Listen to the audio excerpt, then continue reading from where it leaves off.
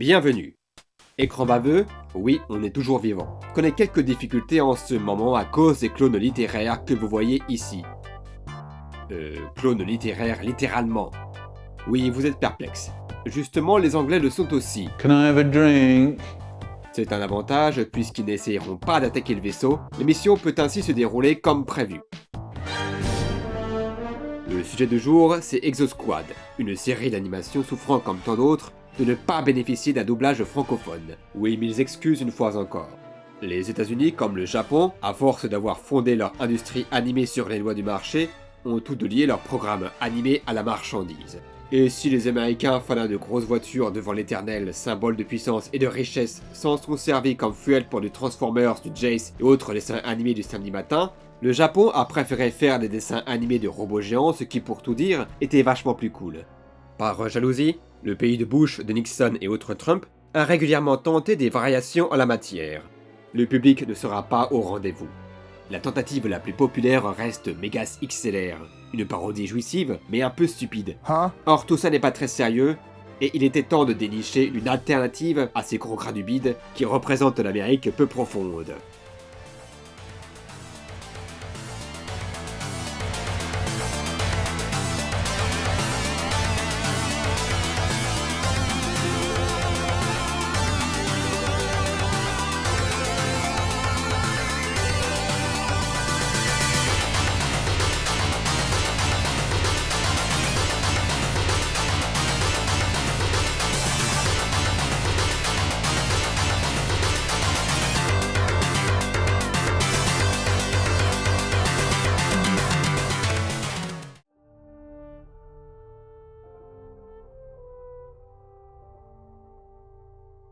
« 1993. Alors que Batman s'était fait une place sur les ondes et avait démontré que l'animation télévisuelle pouvait se garantir d'un prestige artistique rivalisant avec le cinéma, commence à se consolider une petite galaxie de séries plus ou moins bien conçues, mais avec une ambition plus avancée que les productions des très désinvoltes années 80. Si avant la guerre dans les dessins animés était représentée par la nanardise assumée de G.I. Joe, Exosquad entend traiter la question sérieusement.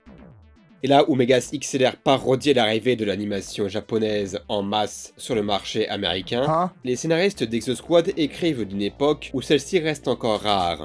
D'ailleurs, ils ne s'y sont jamais intéressés. Ces scénaristes sont Mark et Michael Edens, alliés à Eric Lewald dans la première saison. On retrouvait les deux frères sur Spiral Zone, une série des années 80 qui voulait rejouer la guerre froide, bien que l'époque ne lui a jamais permis d'atteindre son plein potentiel. Les trois hommes ont d'ailleurs travaillé en 92 sur X-Men, d'où ils ont récupéré le producteur Will Meugniot, qui lui a affirmé aimer les productions nippones, en citant Ideon et Dougram. C'est donc un homme fiable. Dans le 22e siècle, donc le futur, une fois n'est pas coutume, l'humanité a enfin conquis l'espace. Mars puis Vénus ont été terraformés. Donc, dans une uchronie, pour avoir une main-d'œuvre robuste sur les planètes conquises, l'humanité a conçu une race génétiquement améliorée nommée les Néo-Sapiens. Ces êtres nouveaux ont été dotés d'une force herculéenne pour les adapter à de durs et pénibles travaux, et pour augmenter leur efficacité au travail, on a converti leur sommeil à une veille similaire aux dauphins. Les Néo-Sapiens est donc une race sculptée pour l'esclavage. Très bonne idée. La révolte sanglante que les Néo-Sapiens ont fomentée fut cependant matée grâce aux exoframes. Le frame est un exosquelette, plus proche du modèle séminal présenté dans le fameux roman Heinlein que le Goldorak. Remarquez cependant que leurs designs sont bien moins élégants que ce que les Japonais concevaient, c'est américain après tout. Disposant de nombreuses fonctions mécaniques et capable de planer, cette machine permet de se déplacer autant dans les airs que sur Terre que dans l'espace. Et on espère que ces petites vitres de plexiglas sont solides, hein. L'exoframe s'est depuis répandu dans l'usage militaire, 50 ans après son introduction, et trouvera bien le moyen de resservir. La Terre souffre fréquemment de raids des pirates. Les pirates sont d'anciens forçats, dont les ancêtres étaient employés comme mineurs sur Thétis, une lune de Saturne, puis qu'on a laissé à leur sort lorsque furent conçus les Néo-Sapiens. Maintenant, c'est une petite flotte cachée dans les confins du système solaire, suffisamment nuisible pour pousser à bout le gouvernement qui décide d'envoyer une expédition punitive, histoire d'éliminer ces hooligans à la racine. C'est là l'erreur que commet l'espèce humaine. Parmi tant d'autres. Et en parlant d'erreurs, il y en a aussi chez les clones. Leur méthode de reproduction n'a pas empêché les mutations.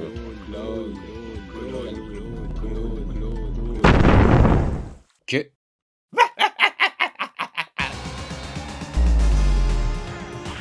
ici Lord Pivotus, le correcteur orthographique. Mort à la mal conjugaison. Voici Phaeton. Phaeton est le Néo-Sapiens le plus haut placé, puisqu'il est le gouverneur de Mars, qui est en revanche une contrée désertique habitable mais moins attrayante que Vénus, qui est plus propice à l'agriculture et peuplée de fermiers. Comme bien des siens, Phaeton a été marqué par la révolte d'il y a 50 ans, à laquelle il a participé puisque les Néo-Sapiens ont une durée de vie supérieure à l'humain. Parce qu'on n'en a plus la nécessité, la traite des Néo-Sapiens a été arrêtée. On peut supposer que leur reproduction via les cuves in vitro est limitée par des quotas ou que c'est en débat. En attendant de savoir quoi faire d'eux, on est bien forcé de les intégrer, mais avec méfiance puisqu'ils ont leurs droits limités afin d'empêcher un autre soulèvement. Une belle société démocratique construite donc sur les bases de l'esclavage. Le résultat, c'est un terreau fertile qui permet à Phaeton de préparer une nouvelle révolte, mais d'une ampleur tout autre.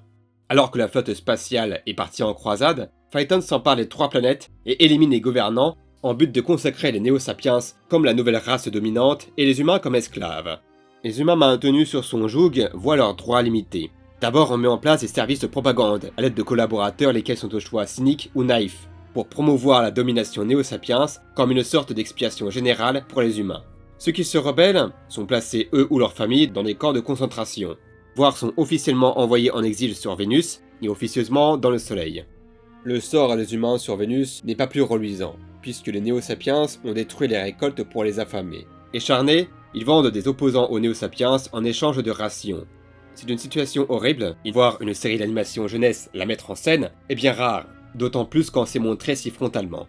Parce qu'on ne dépeint pas seulement une population opprimée, on dépeint des gens que l'on a privés de la dignité humaine la plus élémentaire. Les Néo-Sapiens se considèrent l'être humain comme inférieur, car plus faible physiquement et plus émotif. Et ils sont bien heureux de se venger de l'époque de l'esclavage qu'ils ont vécu en mettant les humains au travail forcé. Il reste un espoir. De retour des confins du système solaire, l'armée tant bien que mal commence une campagne pour reconquérir la Terre et libérer les humains. On suit principalement les missions de l'escouade Able, commandée par le lieutenant J.T. Marsh, incarnation du leader compétent, paternel et conciliant avec ses hommes, dont le prénom restera inconnu. Il a les aspects d'une figure archétypale de héros, mais avec la fragilité relative de l'homme, tout ce qu'il y a de plus normal, qui accomplit ses missions avec prudence. Marsh est certes porteur de valeurs comme la liberté et le courage, mais il s'est d'abord engagé pour pouvoir voler grâce au frame. Servir de soldat n'en est qu'une contrepartie. Poussé dans le conflit par les circonstances, il tâche de supporter le poids des responsabilités envers son équipe, dont il risque la peau à chaque mission. Comme dans bien des fictions américaines, son escouade est identifiée à sa famille, et la perspective de perdre l'un d'entre eux est un choc qu'il aura du mal à accepter. Quand le scénariste y voit un intérêt en tout cas. Il parle avec une voix basse et douce, celle d'un homme en proie au doute, qui économise ses forces en vue d'une prochaine bataille. You can review the tapes 1,000 times to see what you did, what you should have done. But the only battle that really counts is the next one. Il en acquiert une grande humilité par rapport à son rôle qu'il supporte plus qu'il en retire satisfaction, au point que le personnage sait laisser la place à d'autres dans l'affrontement final. Son équipe est une collection d'hommes et de femmes rodés à leur métier, assez soudés pour qu'aucun conflit ne puisse éclater entre eux. On est donc bien loin de Gundam, qui suivait des civils égocentriques pris dans le feu de l'action, et des militaires occupés par leur gloire personnelle. L'escouade étant très compétente, d'autant plus que l'amiral Winfield, le commandant de la flotte, apprécie la fiabilité de Marsh, elle sera utilisée pour les missions importantes. Son action consiste principalement à servir d'agent de liaison entre l'armée et les diverses factions des résistants éparpillés sur Terre ou sur Vénus. L'armée entend centraliser et canaliser leurs forces afin de détrôner Phaeton de son char. Ce n'est pas un travail des plus aisés, car les résistants sont butés. Ils accueillent l'aide de l'armée à bras fermés, puisque selon eux, ils les ont abandonnés à Phaeton en faisant campagne contre les pirates. Il leur fallait un bouc émissaire. La résistance vénusienne est organisée autour de James Burns, par ailleurs le frère d'une des protagonistes de l'escouade Able, Nara Burns, ce qui aide à les convaincre. Vénus étant un peuple de fermiers, c'est là-bas que l'on trouve le plus de relents racistes envers les Néo-Sapiens. Ce qui pose un problème puisque l'armée emploie des Néo-Sapiens, qui ont refusé de rejoindre les rangs ennemis. Par chance, les seuls qui oseront s'attaquer à eux seront dans un groupuscule, lequel n'agira qu'après la libération de la planète. Les choses sont un peu plus complexes avec le chef terrien de la résistance, Sean Napier, lui aussi peu accommodant envers les Néo-Sapiens, mais ses griefs contre l'armée sont en vérité plus personnelles.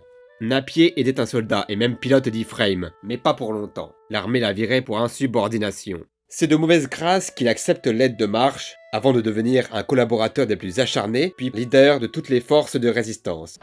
Jean Moulin, vieux. Ce qui signifie que Napier semblera laisser ses griefs s'étioler en hors-champ. Dans cette situation où l'enjeu est de convaincre tous ces gens d'oublier leur querelle contre l'exoflotte, il est assez clair que l'armée occupe une position très positive, indépendante de tout objectif politique. Le gouvernement ayant été éliminé, elle n'agit donc avec pour unique but que de résoudre le conflit sans plus. Les séries de mecha japonaises, surtout les réels robots des années 80, introduisent, même si ça n'est qu'une toile de fond, plus de détails géopolitiques qui influent sur les décisions militaires. Ce qui fait que souvent, cette structure est critiquée, ou au moins interrogée. La seule nuance que se permet Exosquad, c'est le capitaine Marcus, un homme notoirement incompétent que l'on ne trouve que dans la saison 1. Marcus est un soldat autoritaire et sanguin. Le coup de sort l'amènera hélas à prendre le commandement. Or, Marcus est incapable de gérer ses émotions, ce qui lui fait prendre des décisions hâtives, lesquelles seront toutes catastrophiques.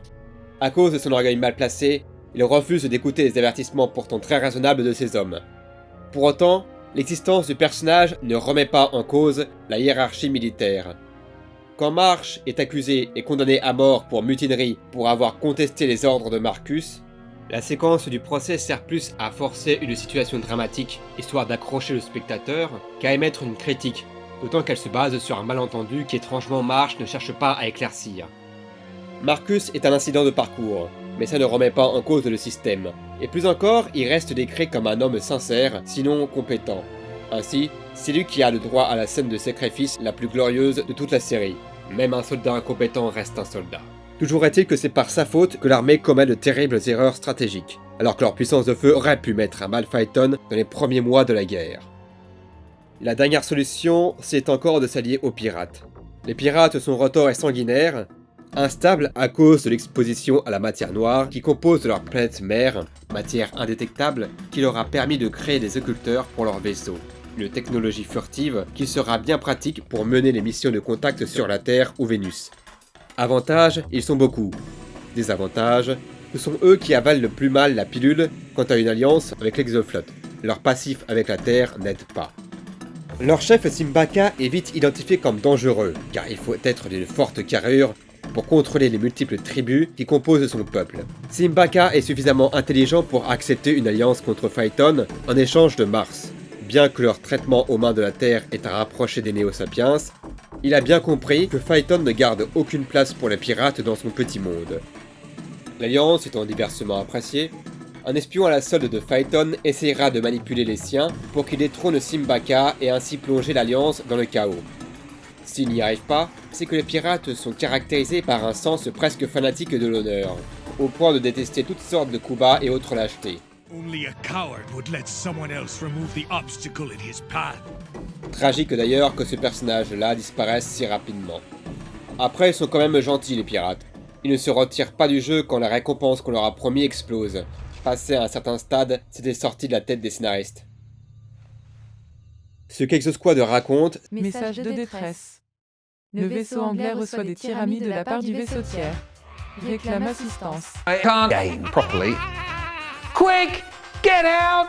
Get out of here! Bon, pour des raisons indépendantes de toute volonté, les locaux d'écran baveux accueilleront les Anglais jusqu'à nouvel ordre. Something tells me we won't get to the king's we. Oh no! We may see the hey. Ce qu'Exosquad raconte, c'est comment, après une période de division, la flotte terrienne réussit à rassembler sous la même bannière des hommes de différentes planètes et cultures dans une grande union contre l'héliocentrisme selon Phaeton. C'est pourquoi la série utilise beaucoup d'histoires à propos de dissensions entre les différents groupes. Parfois jusqu'à la redondance, puisque les résistants n'aiment pas les soldats, les pirates n'aiment pas les soldats, et même les soldats n'aiment pas les soldats, puisqu'il y a des conflits d'ego entre les troupes aéroportées et les pilotes d'E-Frame. L'union qui fait la force est donc l'aspect sur lequel le récit se concentre le plus. C'est imparfait, à cause de la gestion des nombreux personnages qui peuplent la série. Ce sont surtout des personnages de fonction, Et si le graphisme et le travail vocal leur impriment un certain charisme, ce qui est logique, il faut bien les vendre ces jouets, ils sont parfois un peu bancals. On le détecte à cause des romances peu réussies, des personnages impliqués n'ayant pas beaucoup d'alchimie. D'ailleurs, l'une d'entre elles est complètement oubliée entre les saisons 1 et 2 sans explication. Quand on interroge les scénaristes, ils éludent la question. Mais parlons enfin de l'homme par qui tout a commencé. Phaeton. Fou, mégalomane, sanguinaire. Egg on toast, I think. Thank you, Mervyn. That's enough. Au départ, ses motivations semblent idéologiques. Pour lui, le Néo Sapiens constitue l'étape suivante de l'évolution humaine, et donc par conséquent notre espèce doit être évincée. Ce concept, l'homme est celui qui crée son successeur dans la chaîne de l'évolution, n'est pas inédit dans la SF. Mais dans ce cas-là, l'idée n'est pas sérieusement réfléchie par les scénaristes. Elle n'est mise en scène que comme d'une justification pour se débarrasser des humains.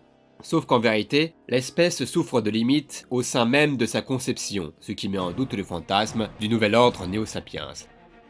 La structure génétique de leur organisme est si bancale car rien peut entraîner une mutation en chaîne qui désintègre le corps. On appelle cela le syndrome d'automutation. Suite à un duel, dont Phaeton ressort à sa grande surprise défait, il est lui-même touché par cette maladie. Et plus que son corps, c'est son esprit qui devient instable, dévoilant au grand jour sa véritable personnalité de mégalomane accroché au pouvoir absolu. Dès le départ, elle était certes pas nette. Il est empli de discours grandiloquents et pompeux. Son mot préféré est Destiné, qu'il emploie comme mot de passe d'ordinateur. Mais par la suite, Phaeton sombre dans une folie de plus en plus autodestructrice. L'homme commence à craindre ses subordonnés, autant que ceux-ci entendent lui prendre sa place. Et si l'un d'eux échoue, il s'en débarrasse pour le remplacer par un clone.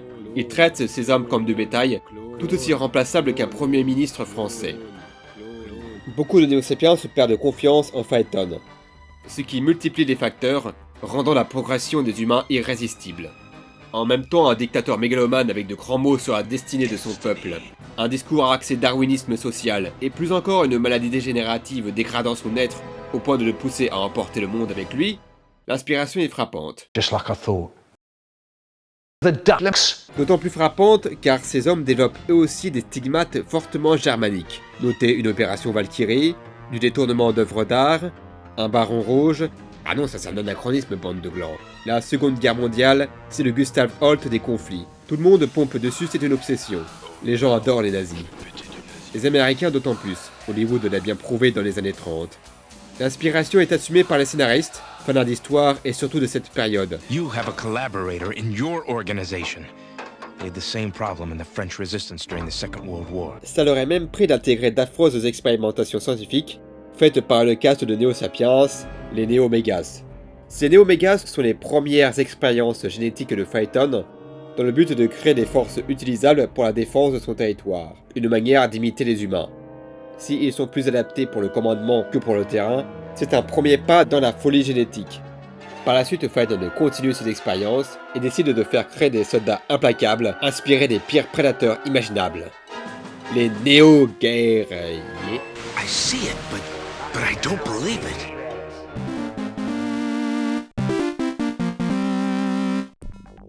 Les scénaristes voulaient créer des monstres basés sur le règne animal. Et ça mélangé avec le chara-design très années 80, le résultat ne pouvait être qu'une variation sur l'attaque des fruits de mer OGM périmés. Oh no. Vous vous demandez certes quelle était la couleur de la moquette que le département artistique fumait, et si cela pourrait illuminer votre séjour avec goût. Mais une vision plus proche de la réalité serait ceci. Un département morne, blanc, bien rangé sans aspérité, où des gens mornes et bien rangés sans aspérité dessinent de la manière la plus robotique et obéissante, selon les normes mornes réclamées par le constructeur de jouets. Moralité, la drogue, en fait c'est bien. La trunk de figurines articulées des personnages, qui certes leur donne une musculature et un charisme tout à fait adéquates à la chose militaire, ainsi que les couleurs chatoyantes, donnent un côté pulp, ce qui atténue un peu le sérieux général que veut s'octroyer la série, malgré ses thèmes très durs. Cela dit, c'est compensé par de véritables ambitions. La mise en scène fait de grands efforts pour se donner de l'ampleur, accompagnée par une bande-son cinématographique et grandiose. C'est lors de la saison 2 qu'on sent une légère régression. Par exemple, si dans la courte saison 1 l'animation est relativement compétente, la suite est beaucoup plus inégale. Ce n'est guère étonnant puisque la série est animée par ICOM, un célèbre studio sud-coréen dont les services furent maintes fois usités au cours des années 80 et 90 avec des résultats inégaux et sans génie. Les problèmes de la saison 2 touchent également les thèmes que la série veut aborder, notamment le racisme ou l'eugénisme. Et en parlant d'eugénisme, l'élimination des clones défectueux a rendu le groupe génétiquement parfait. Leur pivotus est désormais de leur côté. Blimey. Race parlée non reconnue pour le dictionnaire français. Ça n'aura échappé à personne. Oh no, this is horrible! Le Néo-Sapiens, par les discriminations qu'il a subies et, risquons-le, sa morphologie, renvoie aux Afro-Américains. Ils ont même une insulte raciste. Start fighting the sapes again. We don't use that word, Alice. Leurs noms sont inspirés de la manière dont on nommait les esclaves. Ces patronymes reflétaient la culture des propriétaires aisés, décrivant soit leur rôle, soit servaient de blague dans l'idée qu'un Phaeton, fils du dieu Hélios qui mourut en volant le traîneau du soleil de son père, puisse cirer des chaussures. Or, la question des Néo-Sapiens n'est pas suffisamment traitée, tout comme les humains de la série sont ignorants de leurs sentiments. Your speech about Terran treatment of the Neo-Sapiens sounded pretty convincing.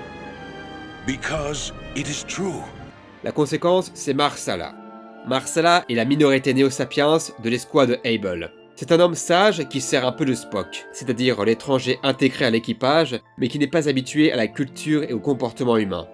Lui, comme de nombreux Néo-Sapiens, sont restés fidèles à l'armée.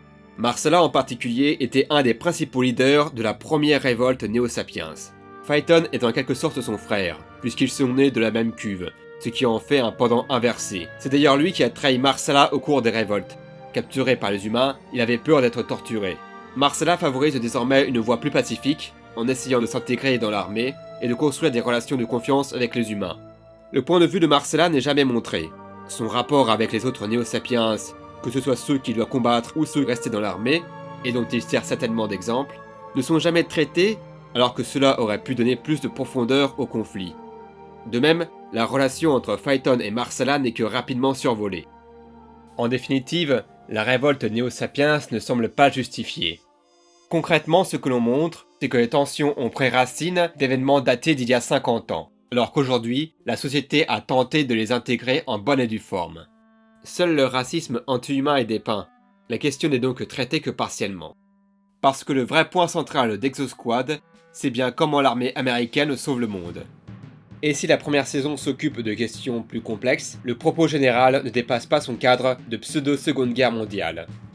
Ainsi, les armes humanoïdes que Phaeton développe, qui sont censées se rapporter au SS, ne servent que pour opposer un nouvel obstacle à l'avancée des humains. Qu'il soit la représentation de l'eugénisme hors de contrôle, sert à peine quelques dialogues. Et si la série n'abandonne jamais une idée en cours de route, elle ne les résout que de manière très minimale. La raison peut se nicher en saison 2. 3 fois plus longue que la première du haut de ses 39 épisodes, elle se rabat sur des scénaristes freelance qui écrivent à partir de synopsis rédigés par Mark Edens. Ça a peut-être occasionné une rigidité dans l'écriture, les empêchant de réaliser le potentiel de certaines idées. Mais certains thèmes restent prégnants durant toute la série. Principalement celui de la créativité humaine.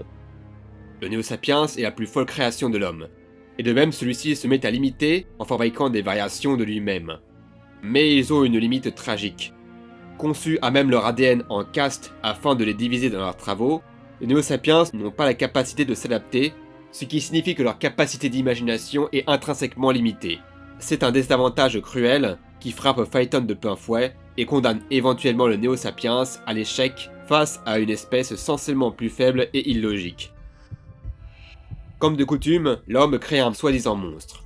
Mais le but ici n'est pas tant de mettre fin à l'expérience que d'en prendre la responsabilité et d'accepter son droit de vivre en tant qu'être égal à l'homme. Ce droit est obtenu après la fin de la guerre, au terme des 52 épisodes qui ont été produits. En vérité, les scénaristes en avaient planifié 65. Exosquad se termine sur un cliffhanger à la toute dernière minute, alors que la suite prévoyait de montrer les humains et les Néo-Sapiens collaborer contre un ennemi plus puissant, ce qui aurait pu boucler le propos. D'autres séries descendant d'Heinlein auront traité de thèmes similaires. Space 2063 présente une guerre provoquée par de grandes corporations qui, en réalisant l'expansion spatiale, empiètent sur les territoires habités. Elle ajoute des questions raciales, avec une race d'humains créés in vitro, et fondent des personnages plus solides. Prognex semble plus apolitique et traite simplement de la dynamique de l'équipe. Mais tous deux se terminent sur un non fin, là où Exo Squad propose au moins un semblant de résolution. D'autre part, Deep Space Nine, diffusé à peu près en même temps, reprenait le format Seconde Guerre mondiale et Soldats OGM. Un des scénaristes principaux était d'ailleurs un freelance utilisé pour Exo Squad. Alors comme sa copie Babylon 5 c'était pas assez, il faut admettre que Exo Squad n'est pas au niveau des séries japonaises, notamment celle de Ryosuke Takahashi. Il reste une série militaire ambitieuse qui n'a pas peur de présenter des scènes très dures, certes peinant à traiter ses sujets en profondeur, mais efficace et propulsée par une première saison réussie. Bien, l'émission est terminée. Heureusement le vaisseau a tenu jusque-là. Eh bien messieurs, il y a peu de chances que l'on puisse s'en tirer. Merde.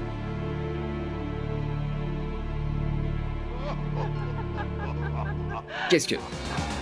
Je sais de envers de la mon mariage.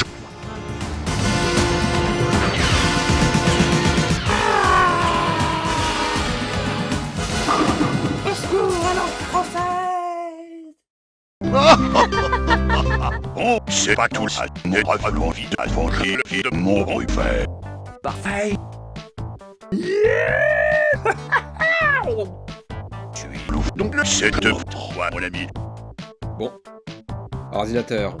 Cap sur le secteur 3.